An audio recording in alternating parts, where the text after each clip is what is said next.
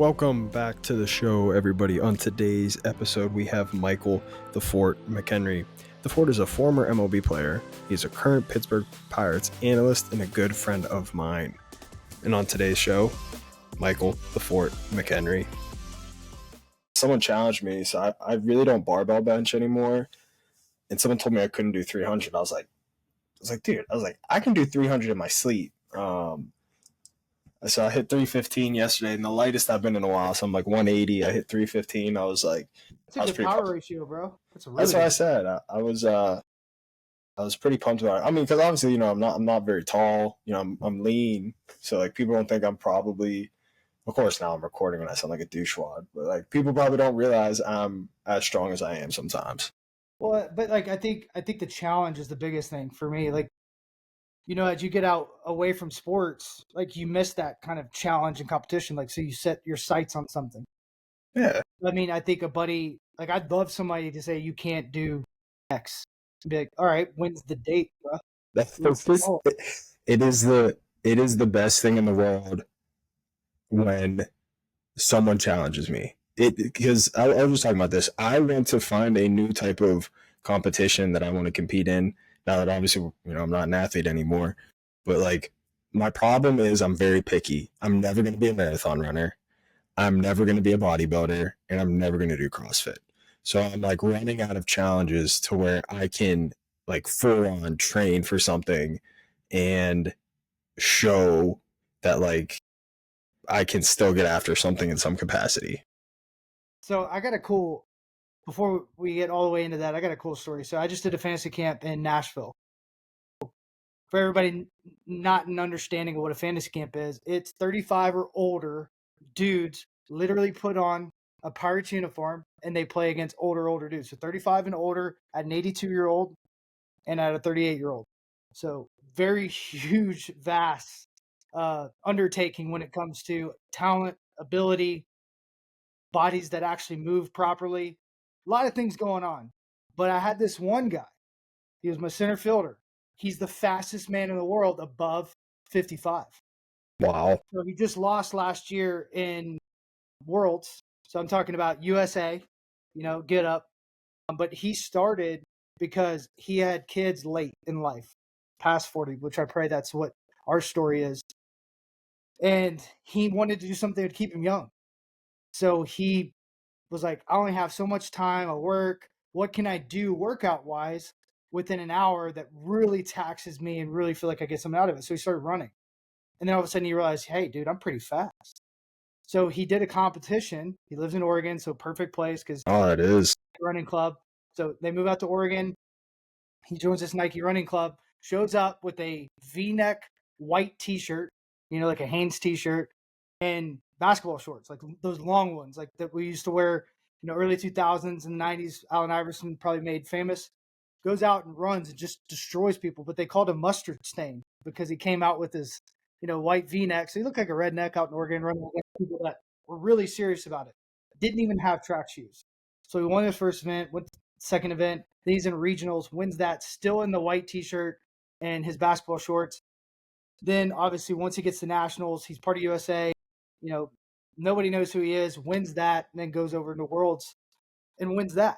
And at 55, he was the fastest dude on the planet. He just got beat by a former running back with the Browns. I can't remember his name at 59, but he turned 60 this year. So he's hoping that since that guy's 55 and beat him, now that he is in the 60 class, he will be the fastest 6-year-old in the world. So like when you talk about competing, you just got to, throw it out there. What do you want to do? Like he told me I should do the hammer throw, the discus, just pick something and run at it. And he's like, 40 and above, you'll probably be one of the best on the planet. He's like, look at the numbers. And they really do fall off. After about the 5, 6, 7 world numbers, at that 40 range, people just fall off. So it's just about getting qualified. And then they pay for your trip. So yeah, I think there's a lot of things to do competing. If there's something you want to do, I'd love to, see if it lines up, even if it is like we were just talking about a bench press, a squat, a vertical jump. I think it's always fun to have a gentleman's league bet or something because, as you get older and you get away from that competitiveness that you, I don't know, I guess have an urge for the rest of your life, I think it's the biggest and missing link once you leave competition is like, when you're not a professional anymore, if you're not in a collegiate athlete, you want to find something you can compete at. And it really doesn't matter what it is, but you have to, want to be able to go as far as you think you can with it, where it doesn't kind of fizzle you out. What do you think it is about competition that makes some of us run to it and some of us run away from it? Vulnerability, vulnerability and discipline. I mean, I think it's not easy. So I think the obsessed minded people that have, chased a dream to its exhaustion, I think will always be running to something and they need something. I don't know many people that can turn it on and turn it off and still be happy. It's always turned on. I think when you're a kid and you have that persistence to chase a goal, I don't think that ever goes away. I think you can fill it with voids like addiction and a lot of different things to get you away from that mindset. But I think it's in nature who you are. So I think people run to it because it's who they are and it's who they've created over the years. And if you get away from it, bad things will probably happen because you're always going to need that. And especially for males, I think it's even more important because you always need that next challenge.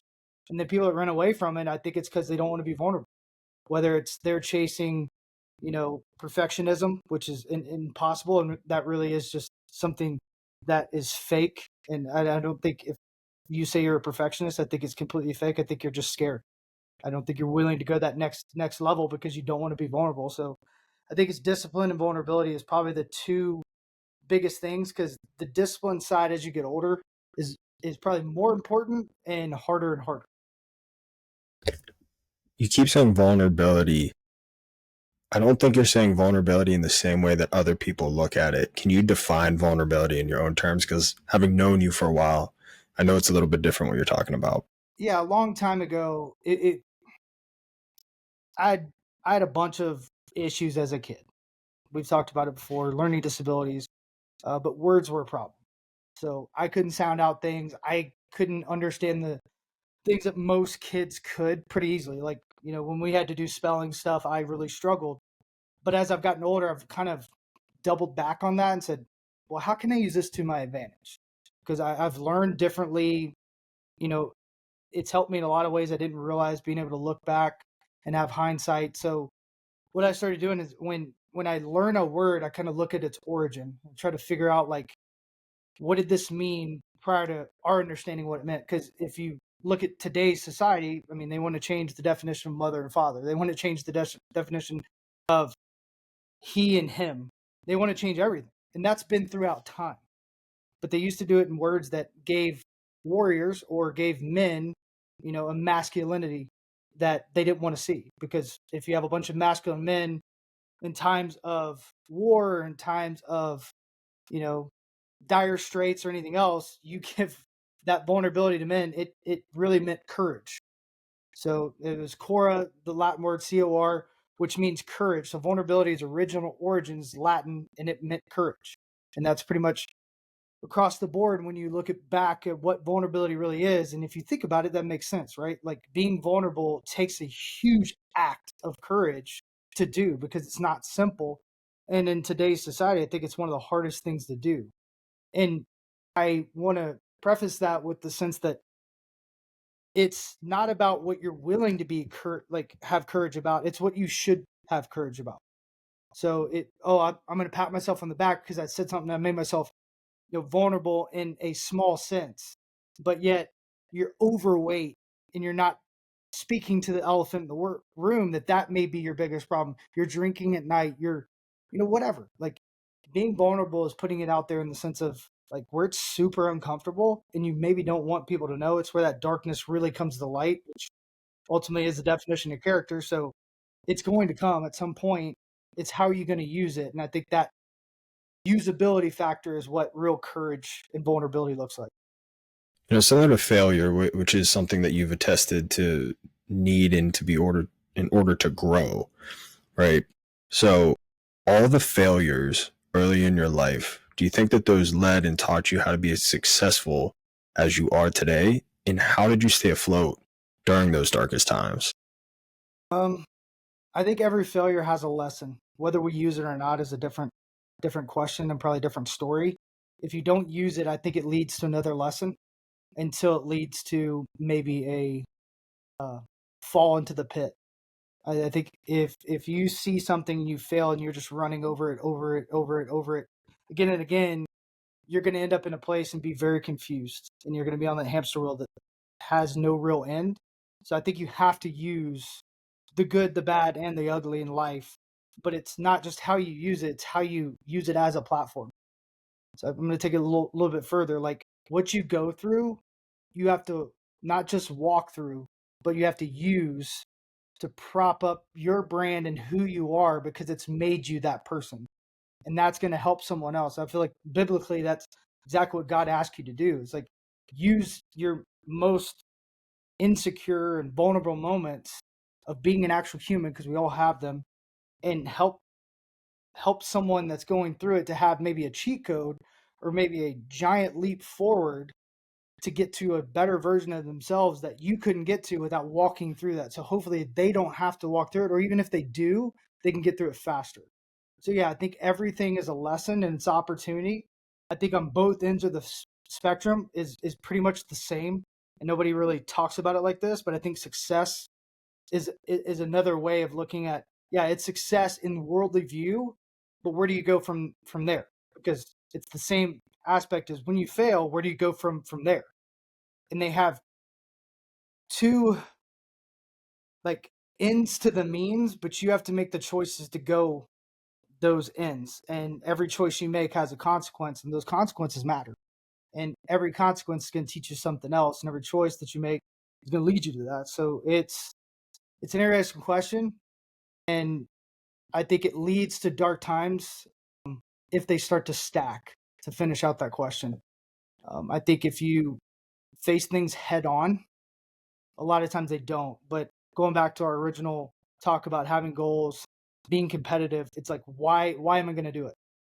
What's going to pull me out? You always have to have that one thing that'll pull you out, whether it's your relationship with God, whether it's relationship with a loved one like your wife or kids or whatever it is. That why that you can look at and grab, and it kind of pulls you that way, is what you're always going to need. And whether it's a why or a have to or whatever, however you want to put it, however you want to phrase it, it's your story, but you got to find something that you can latch onto to bring you back to reality. It's like the lion that sits up on top of the rock. That's the king of the pride. They have all the scars. They have all the blood. They have all the experience. Everyone wants to be on that rock, but nobody wants the scars. And if Think you how can, lonely exactly, you never see two lions up there. it's only one. There's Yep. only room for one. And what I find so fascinating about that is I don't think that there's people that realize what it takes to get there. And it's that reframe of, if you understand what you really want, it's this is the cost, is what it takes to be the best, or to be that lion on the rock. And And that cost, I love that you said that, because that cost is different for everybody. It's where you shopping. You know what I mean? Like where you walking into. If you're walking in a convenience store, yeah, it's going to look cheaper, but are you getting the quality you're looking for? You know when you walk into a Del Frisco's or Ruth Chris, what you're paying. But they've built a brand to where you're paying that for a reason. When you go buy a Louis Vuitton purse for your wife, or if you go buy a Hublot watch, which is one of my favorite watch companies, you know what you're getting, you know what you're paying for, but you know the cost. And are you willing to pay that cost, and why? And if you can't answer that question, you're not willing to pay the cost. You know what I mean? And you have to justify it in your own mind too, because there are going to be consequences. Like you said, you have scars, you're bloody, you're marred. It doesn't matter, but you're at the top. Was it worth it? And if all of that up to that point's not worth it, then figure out what hill is to climb up on top to. Because our essence and our being is, we want to get closer to Christ, or we want to create a hierarchy, and we want to get to the top of that hierarchy. A lot of times we don't know what to do with it, but that's when faith comes in. That's when trust comes in.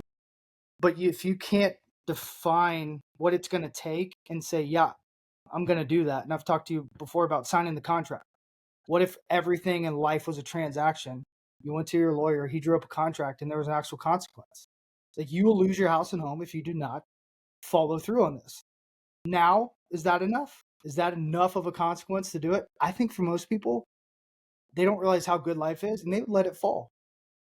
And that's a reality that you have to look at. Most people won't. And it's something I say, and you're so extreme, blah, blah, blah. I'm like, but it's a reality. Like the mistakes I made in my career were never, I wasn't doing enough.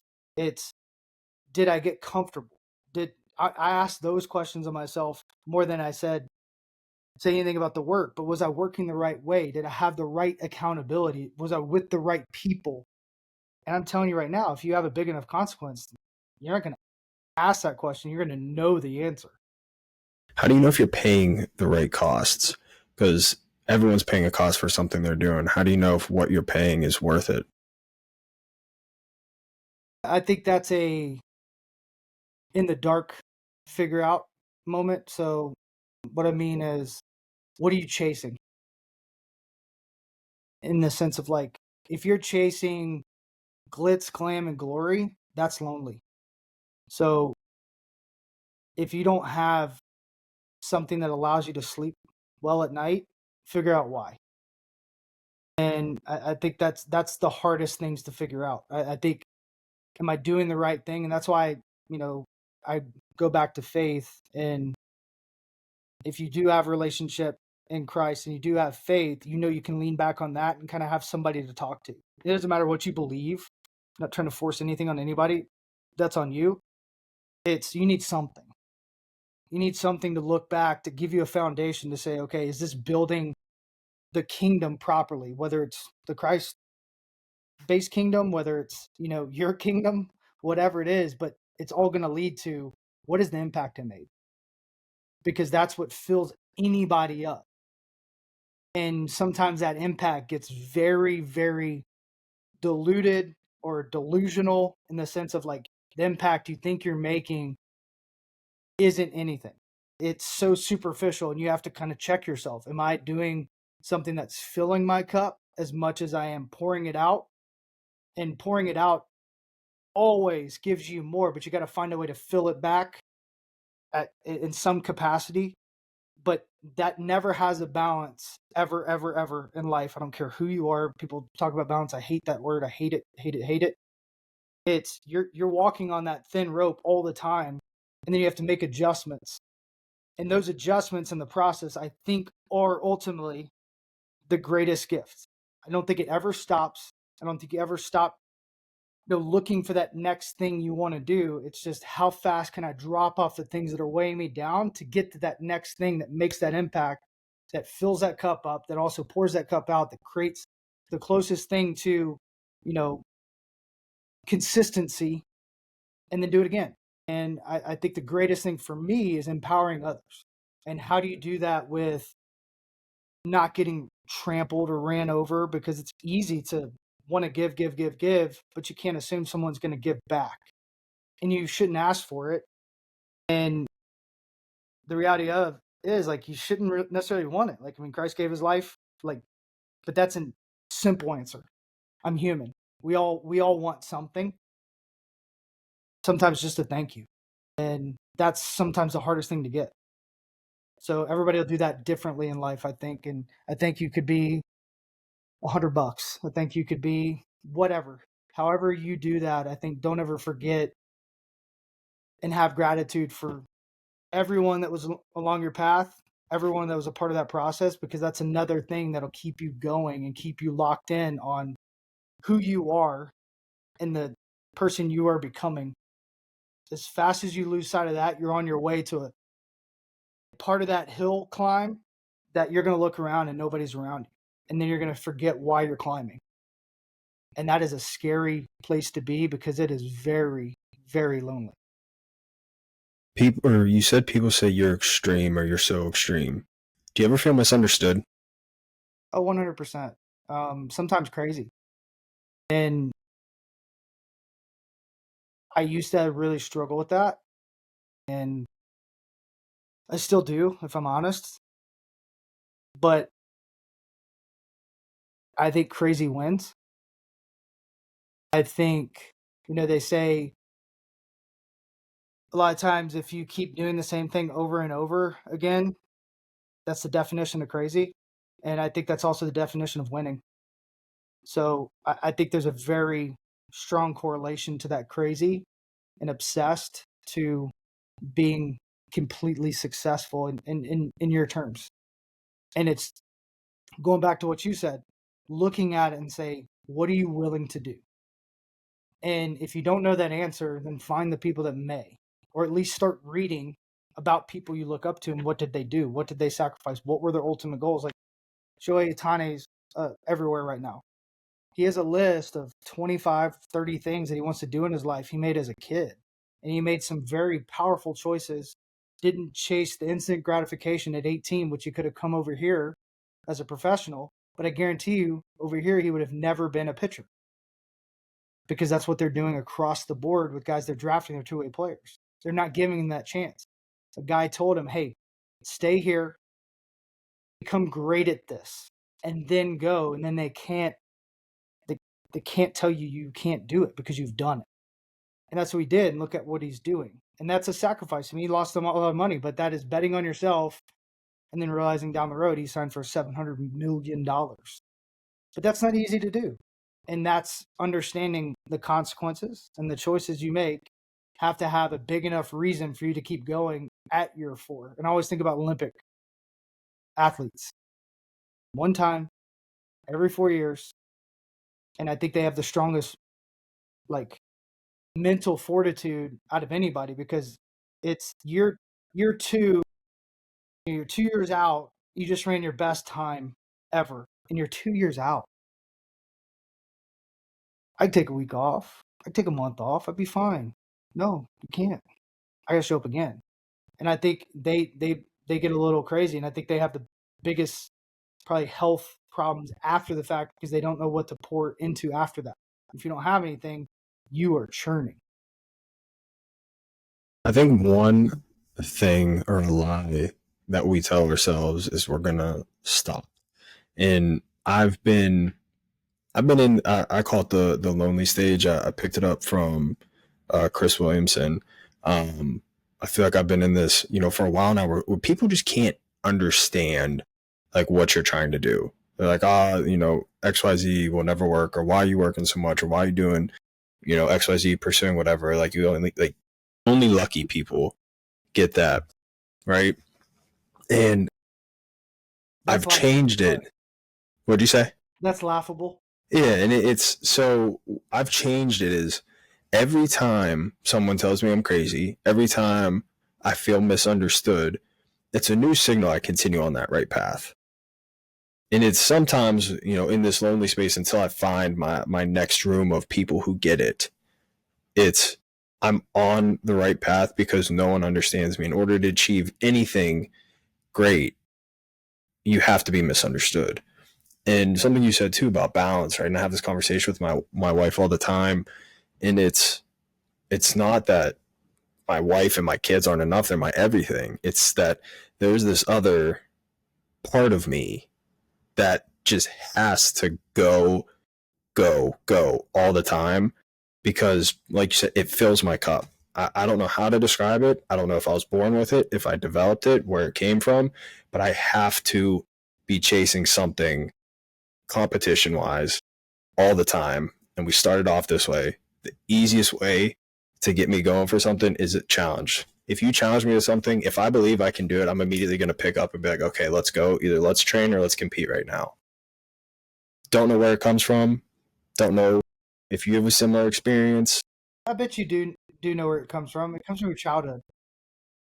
It's ingrained in you. It's something. This is obviously my opinion. But think about your entire life up until you got married. That doesn't ever go away. So that Right. person who you were maybe had as much of an impact on your future as anything. So like you competing and running after something is what you knew and all you knew. And then just because you get married, you fall in love, that doesn't change.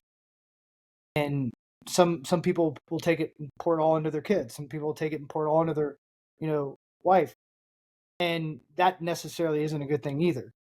Because then you're idolizing that. When you can find separation, which is really hard for me, where you can kind of put on those different hats, that's when I think the greatest part of life comes. When you can show up and say, all right, this is the hat I'm wearing now. This is the hat I'm wearing now.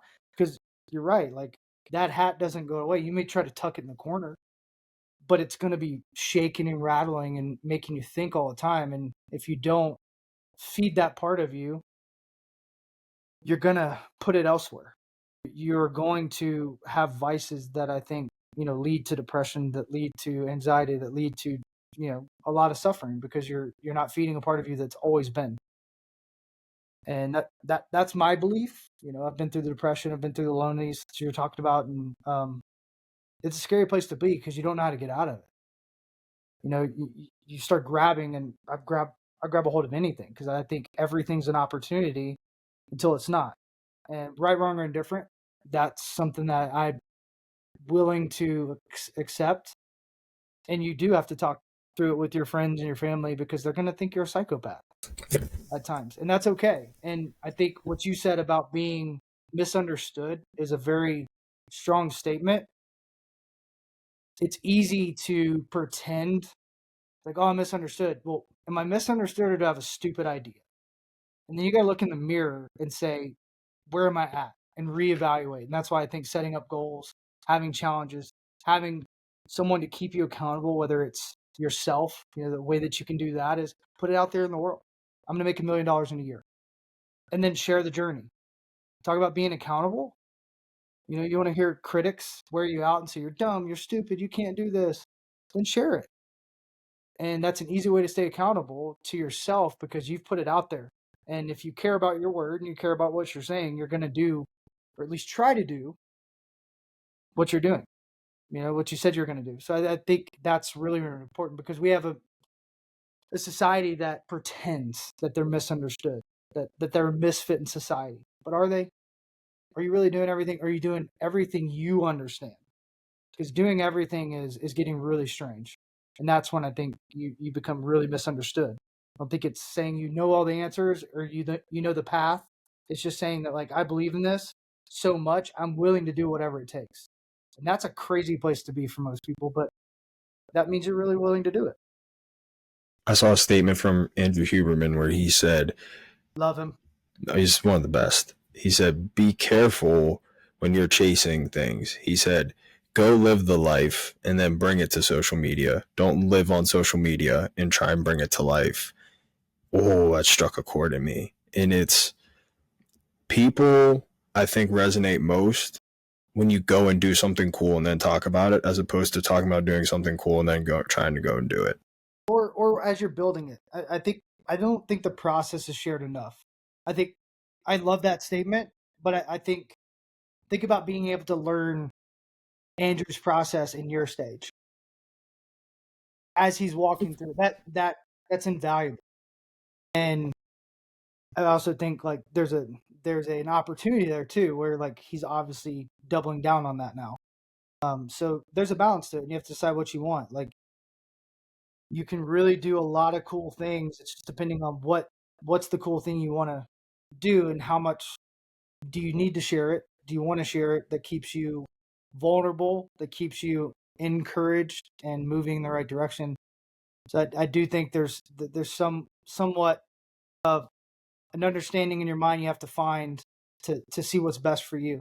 But I completely agree. I think people constantly are putting out who they want to be and only who they want to be instead of like who they are. I was going to say, instead of who they are. Something you said, and it might transition the conversation a little bit, talking about Shohei Ohtani, is he gave up money in the short run to develop himself as a player and a person, and is coming back on the back end and is now reaping the rewards of that. And I think that's a big conversation in college athletics right now. I know that's something that you're passionate about. Would love to hear just your opinion on the state of college athletics and maybe what it's doing wrong or what it's doing right. Like it's made me shift my gears in life. I'm trying to figure out how to do it properly. But so you have advisors, you have agents, you have family, you have coaches pouring down on you. You're 18 years old. And if you're in the Big Five, now you're getting paid a salary. And then you have NIL deals. So you're signing over your name, image, and likeness to companies, and you don't even know the contracts you're signing. I mean, some of the contracts I've read, like, bro, you can't sign this. It doesn't seem like much, but it's 5 years. If you get drafted in 3, that means 2 years into your professional career, they still own your name, image, and likeness if they want. It gives them way too much power, and it's happening over and over again because you're talking about kids. They say at 25, your brain's fully developed, or maybe it's a little bit older, but like they are getting taken advantage of consistently because of the oohs and ahs of things. And it's sad. And let's be honest, no matter what, and I spoke at an event of yours and I said this to, some of these NFL guys, and they probably look at me like I'm crazy, but I said, listen, everybody in your life wants something. You obviously want something, like your parents want something, your agent wants something, the team that drafted you wants something. If you don't ask that real question of what they want and what you want and how you're going to get it, you're going to get into a place where, like, what did I just do? Because every choice has a consequence. And just because the agent's paying for your training doesn't mean he's not going to leave as soon as you get let go, right, Colin? And It's the bounce. truth. And that's when you have to have your ride or dies. You have to have people, and I'm trying to figure out a way to advise these kids where cost isn't an issue, where time isn't an issue, because like my time is valuable and I have to have a cost, but like to tell them, like, just look at it differently. Let's ask the right questions here, and the questions that nobody's asking. What do you want to do? If you want to play professionally, is it worth leaving your mid-major because they're going to give you $70,000 when you're going to go and there's going to be guys making $170,000 in the same position? So how are you going to separate yourself? Well, you better look and see how you're going to separate yourself, and you're going to have a semester to do it. So is that consequence worth it? That consequence you're looking at making this choice, is it worth it? It's 70 grand. If they're like, yes, this will change my family's life forever. Well, how about this? Let's go back to the mid-major, get you 15 grand because we know they can pay you that. And let's invest 10 of that, try to make you some money, and let's shoot to make $1 million in the draft where your body's not destroyed from playing Division I football at the SEC level, and see what we can do professionally. You like that idea? Or, hey, let's go one more year and see if we can get to 200 grand. So we make sure when we walk in, those guys that have given you that much money, because money talks, money puts you in a position that's higher than others because they want their investments to improve. They're going to give you more opportunities. So let's create those opportunities, but let's look at it for what it is. Because I'm just seeing it over and over again is guys are choosing the instant instead of saying, what is that 3 to 5 year plan and how do I build that out? And every time you make a choice and you go into the portal, you're being put in a portal with thousands of people. And what separates you? You can't say you're a great teammate because you just won the portal. You can't say it's your character because they don't know you. You want to have someone behind you and pushing you forward in the right way to ask the right questions, the really hard questions, or you're going to be lost in the shelf. And I think there's going to be more talented kids not do what they're capable of because of moving pieces. Because as you know, it doesn't matter what team you're on. As soon as you change teams, it is a catch-up time. And it's tough. And they don't look at that very much. They don't look at it. You're changing schools. You're changing schedules. You may be walking 3 miles to class when you were literally in one building prior to. You don't know, and you're just assuming all these things because of dollar sign or because someone's giving you a little bit more love than the other. But is it the right choice for you for where you want to go and what you want to do? So that's why I'm passionate about it, because I think about what I've seen. I was part of a college summer team this summer in Johnstown, and I believe 14 of those kids, if I'm not mistaken, I know it was double digits, were in the portal. And these aren't Division One, like all Division One players, but every one of them were looking for something better. And I said, why not look for something right? And they're like, what do you mean? I was like, what do you want to do? They all wanted to play pro ball. I was like, so you would leave your school to go to a better school, not knowing what's going to happen, which is pro ball. Why not go to a parallel school where they've developed guys better Maybe they have what you're looking for and what you need, depending on the guy and the circumstance. And then you elevate, and then that opens up a door to where, yeah, you can walk in and be a slam dunk for Division One, or you can be a slam dunk into pro ball. That makes more sense to me. And they're like, well, yeah, because money isn't as big of a ploy in baseball as it is in football and basketball, but it is there, and it is there in a big way, especially at the top tier levels, and it's going to get bigger and bigger. I'm not sure how kids are going to facilitate through, because what I've seen is just crazy, man. I mean, it's absolutely crazy. I heard the coach, I believe it was Idaho for football, his recruiting pitch to some of his guys is at some point the grass may be greener, but stay here until it is greener. Because, hey, yeah, maybe someone offers you $100,000 after your sophomore year, but what if you stay an extra year or 2 years and then you get 500 or $1 million? And it goes back to that point, when you go to a new school, particularly jumping up, there's no guarantee that you're going to go in and play and capitalize on everything. They have to familiarize themselves with you. Just because they pay you, now politics might, play a role in this depending how much you're getting paid. But just because they pay you doesn't guarantee yourself the playing time or the future or the development Yeah. that you want. But the more money, the more invested, the more opportunity you will. For sure. It's a fact amongst not just college, but that's professional, that's everywhere. But in general, I forget who I was talking about this with, but it was there's no guarantee. Talking about it was around baseball trade deadline, and they were saying fans make the assumption that if you trade for player Y in X organization and they come to your organization, that they're going to have the same amount of success. And it just doesn't work that way. There's so many factors and situations in the world that come into our performance and our development. And it's never just plug and play. So well said. And a trade is, you really have no choice. But like, you're exactly right. I mean, you could look at the Pirates and say that, like, if you go out and get a right-handed power bat, which they did this year, De La Cruz, he had 2 homers. He was a 20 home run guy when he showed up. And you can just simply look at, it's not indoors, it's not Miami. He's not in the middle of the lineup consistently. His playing time changed. He's in a different atmosphere in the sense of he's fighting for something he wasn't.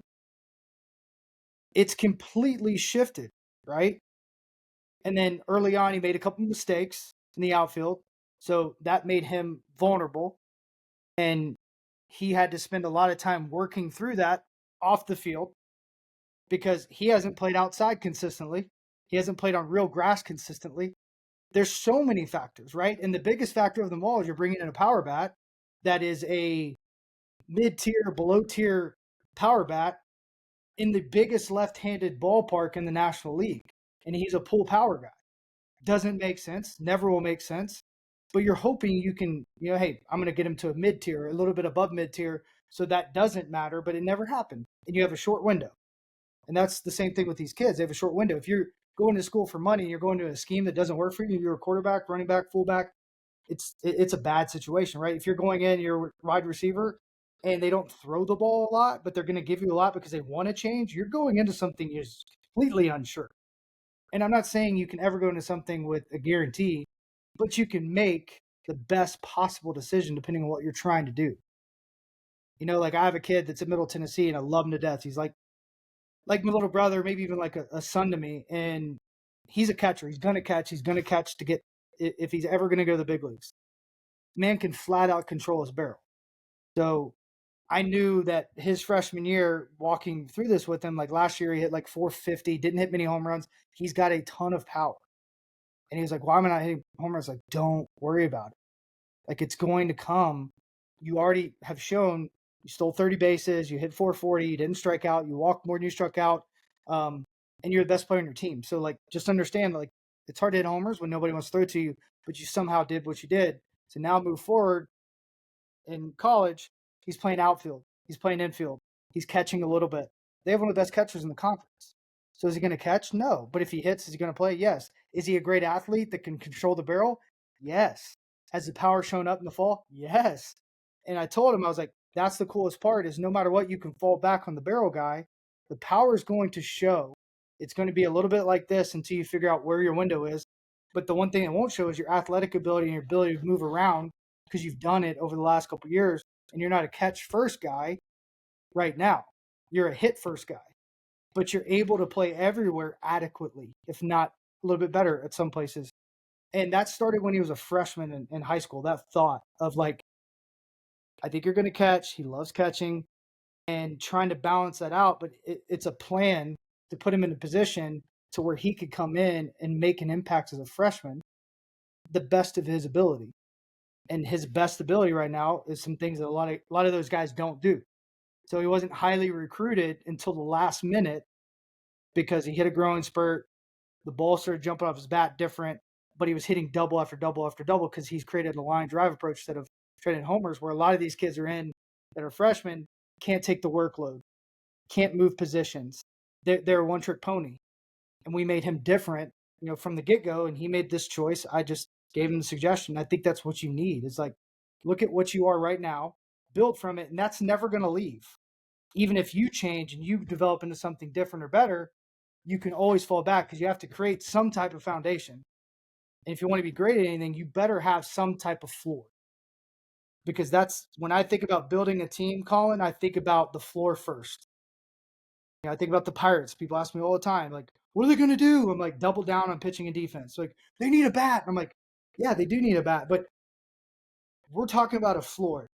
You could go tell me you're going to go get anybody on the planet offensively, and the floor isn't high enough for me cost efficiently that I can't say I'd rather have a floor of Trevor Bauer. I'd rather have a floor of a couple guys that are on the free agent market that are going to get a chance to come over from Japan and Korea. Because if I spend $19 million a year on somebody, I want to know the floor is $19 million or close to, even if it's 15 on market value. Then I won. I can't get a Bryce Harper. And even his, like, you were taking a little bit of a gamble, but the fact he went to first base has changed everything. Like, he's going to be so much more valuable than ever could have imagined, because now he's also creating this huge positive impact off or defensively. But like, it's just looking at it, being creative and saying, what can we do? How can we do it with what is real? And I think that's the thing that drives me insane, Colin. I know I'm going on a little spin here, but like, Pittsburgh's done this to me, is like, it's the same song, same dance, year in, year out, but wanting a different solution. And I said earlier, like, that creates the definition of crazy, and crazy is very, very close to being great. Why not look at the same thing, but let's be creative with this thought and be crazy about that creativity to be great? That makes sense to me. Maybe it doesn't to you, but like, something's got to give, because if you can't evaluate and be a good self-evaluator and see that the product that you're looking to create isn't there, if you can't ask those tough questions, you got problems. It's never anybody else's fault. It's always yours. People get obsessed with raising the ceiling instead of raising their standard. Something I've heard on this podcast Put that on a before. t-shirt. Yes. It's funny, and I'm in full agreement with you on the crazy and success part. One of my former teammates plays for the Cincinnati Bengals, and we were talking about Joe Burrow. And he was saying there's only 3 professions that Joe Burrow could have: NFL quarterback, sniper, or serial killer. And it's I love that. Yeah. It's that fine line between crazy, that which direction we go. Whether it's elite success, whether it's ultimate failure, bad decisions, bad trajectory. A study I saw, super interesting, that addicts in like one of one's ultimate successful CEOs, athletes, carry the same genetic profile. Yeah, my wife is a geneticist. She's doing genomics right now, and learning some of that is crazy. It's where you pour the energy. Speaking my language, man. I've been on a big energy kick. It's how do I determine who and what gets my energy and when, and how do I learn how to shut off my energy from the people who don't deserve it? So I got something. So like, I've been in some deep depression over times throughout, especially after retiring and even my last little bit of retiring, I think one thing that we don't talk about enough is where do I start? And there's been times where I can't get out of bed, and I've looked at it, I'm like, what do I do? Like I literally like grind myself out of bed, and I can feel how bad it is for my body. So I flipped the switch. I just stayed up, and I was working out at night. I was doing the things I had to do that I knew I had to do to get back to who I needed to be, to find who I needed to be, to find that silence in my head because it never stops. I just had to do it backwards. And it was really hard. It's been hard on my marriage because that is a psychopath mentality. It's like, what is it going to take? And I'm just going to have to do it. So there's been times I've been working out at 1:30 in the morning because I've put in my mind a goal that I have to do this. And I got there. But then it's the next journey. It's the next journey. And, just recently, I played in a celebrity basketball game, not in shape, fighting, and I pulled my calf muscle, like bad, like it's super bruised. Instead of doubling down like I did last time I pulled my calf muscle when I was chasing to try to compete Olympically, and the time before that when I tore my ACL, there's obviously something bigger that I can't understand that's saying, haha, got you again. So instead, I doubled down and I started Squattober late. And I'm like, I'm going to catch up. Screw the calf. Like, this can't happen again. I doubled down. I'm on day 15 today. Haven't taken a day off. My calf's feeling better. It actually pushed the inflammation down, and it seems like it's flushing itself out. And that's just a product of like, this isn't okay. But I made it 11 days, 12 days before my wife even noticed that my calf. And I mean, I was getting up and I could barely walk. But I was getting up early enough to where like she wasn't seeing it and I was able to work through it. But that's who I am. And I've pushed that away a lot in my life and saying, that I don't want to be that. I don't want to deal with, you know, answering these questions because it is misunderstood. But you have to be willing to be misunderstood and do what you got to do. And if it didn't work, I was willing to take that consequence. But it's time and time again, getting a little bit outside the box thinking and having a reason why I was going to do it like that is because I've done it the other way. So I had a huge reason why, and I've done it. I feel better. I've lost weight. I'm squatting literally every day, and my knees feel great. My calves starting to feel great. So now I can start running again, which I need to do more of, and take it to that next level. And then create, all right, what's the next goal? Because that's going to end on the 31st, and I'm going to have that next goal. But mine is to create a great habit, create my discipline again, and then chase the big thing. But that's a self-evaluation that I had to look at and say, I have to be a little bit understanding of who I am to be the best version of myself. And no one else is going to understand that but yourself. But it's very hard to look at it and say, this is what I have to do because it's crazy. It's different. What's the conversation you have in your head to get yourself to do the things that you hate? And to give you an example today, and obviously I'm a deep thinker, right? I get in my own thoughts, I get in my own emotions, and I'm trying to understand everything. But today in the gym, I just really did not want to lift. My knee was sore, didn't want to do anything. And then I just flip a script in my head and I'm like, I love this. I want to do this. I have to do this. And it's just like, I just try to convince myself I love the lifts that I actually hate. But it works for me. It gets me to do what I have to do when I need to do it, even when I don't want to do it. So in your practice, how do you converse in your own head to get yourself to do these things? So my mentor, my trainer, Charles Patron, said it's time to go chase the demons. And a lot of times that's when we went out and mountain biked in the woods. I usually say that in my head because if it's not lifting, it's something else. And my goal is, I just saw this recently on a reel. It said, my demon woke up today and said, I just don't want to do it.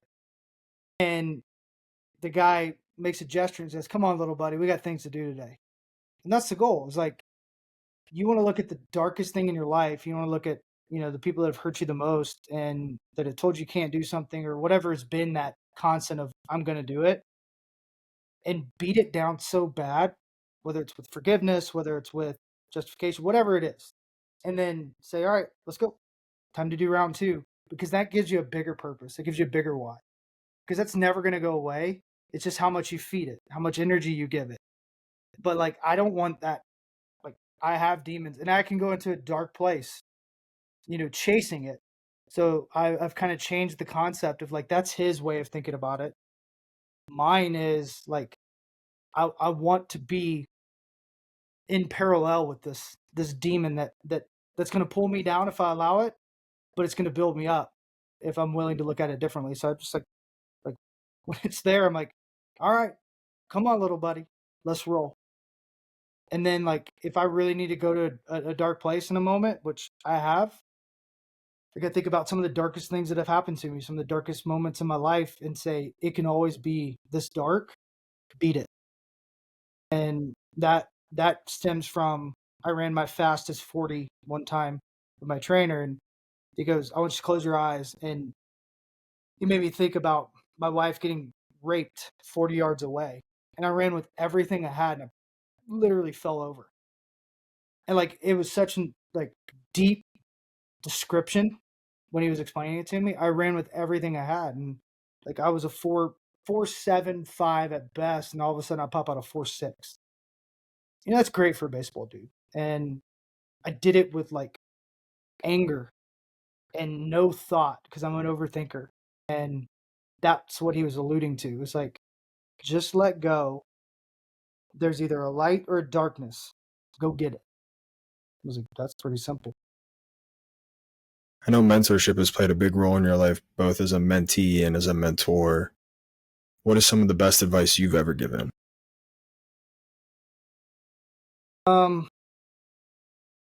It's never as bad as you think it is, and it's never as good as you think it is. The footballism, baby. Always Yeah. talking about film. um, you'll not struggle at the bottom. You'll struggle the most at the top. Don't let go of what got you there. Is another one. And that's one of the biggest things I see with guys that have success. You don't think about the comfort of success. And it's a reality that like you talk about psychopaths, like you have to find that psychopath of like when you sign that deal, are you going to get comfortable? My best years came after I got hurt because I was uncomfortable. So how do you find that uncomfort? Well, be comfortable with being uncomfortable. No shit, Sherlock's. What's the uncomfort? What's the uncomfort when you don't have to do it? That's hard to figure out. So I always try to figure that out. Another one is more is more. I hate, and I say this with everything in my being, I hate less is more. I want you to stab me in the heart when someone says that. Because name one thing in life that you do less of that you get more wins from. I'll wait, right? It's not going to happen. And then probably the best advice I give kids I mentor is you're the brand, you're the business. What would you do if this was a business? Because it's remarkable to me that you'll put so much time and money into something, but you won't put it in yourself.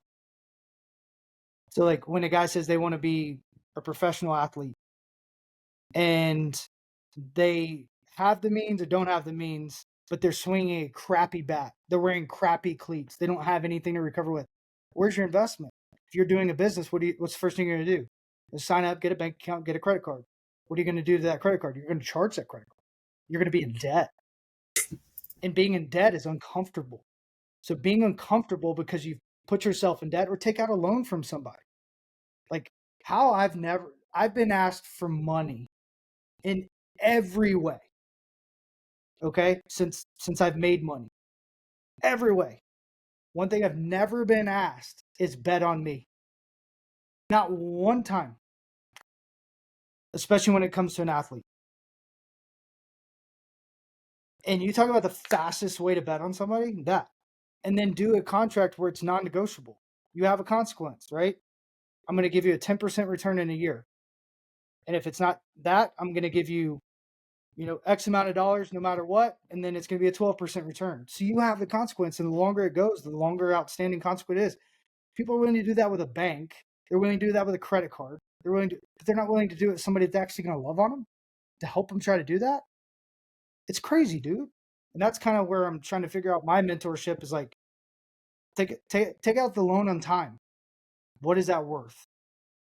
So it's only you that can make the mistake because you're setting up the goal. If you hit it, you pay less. If you don't, you pay more. Seems like a pretty simple concept. It's hard to figure out because people don't understand it. But like, that's probably the greatest advice I've heard is, don't forget you're the business, you're the brand. And that was before I was thinking about business. That was before I was thinking about the brand. So I'm not even talking about that side. The more I've learned, the more powerful that's actually gotten for me. So yeah, that's probably the thing. And then the very last thing is you're not a product from where you came. You're a product from what you build. And that wasn't ever told to me. That's something I've learned through the lessons of my life. Well, it took me almost a year to get you on the show. I know we've rhymed and rapped on other things. I'm glad I finally got you on. We're definitely gonna hit a part 2 here in the near future. So my listeners will have to tune in. If people want to get at you, they want to reach you, or if you have anything to promote, please take the time to do so now. At the Fort Mckenry on all platforms. I'm redoing my website. It's the fortmckenry.com. Also have a podcast, Hold My Cutter. And hopefully some things over the next couple months are gonna, shift into pouring back into what I really believe. And we'll see. So we'll see what God's got planned, and I'm excited about having an opportunity to come back on here. I respect you a ton, the way you go about your business, the man you are, father you are, husband. And anytime I can come on and help and talk shop with you, if I can, I will. And I'm trying to make more time for great people like you. I appreciate the kind words, my friend, and listeners, make sure to tune in next week. Thank you for tuning in this week. Download the podcast, subscribe to the podcast. 5 stars only, baby. Appreciate you for it. Thanks for coming on, man. Yeah, anytime. God bless, brother.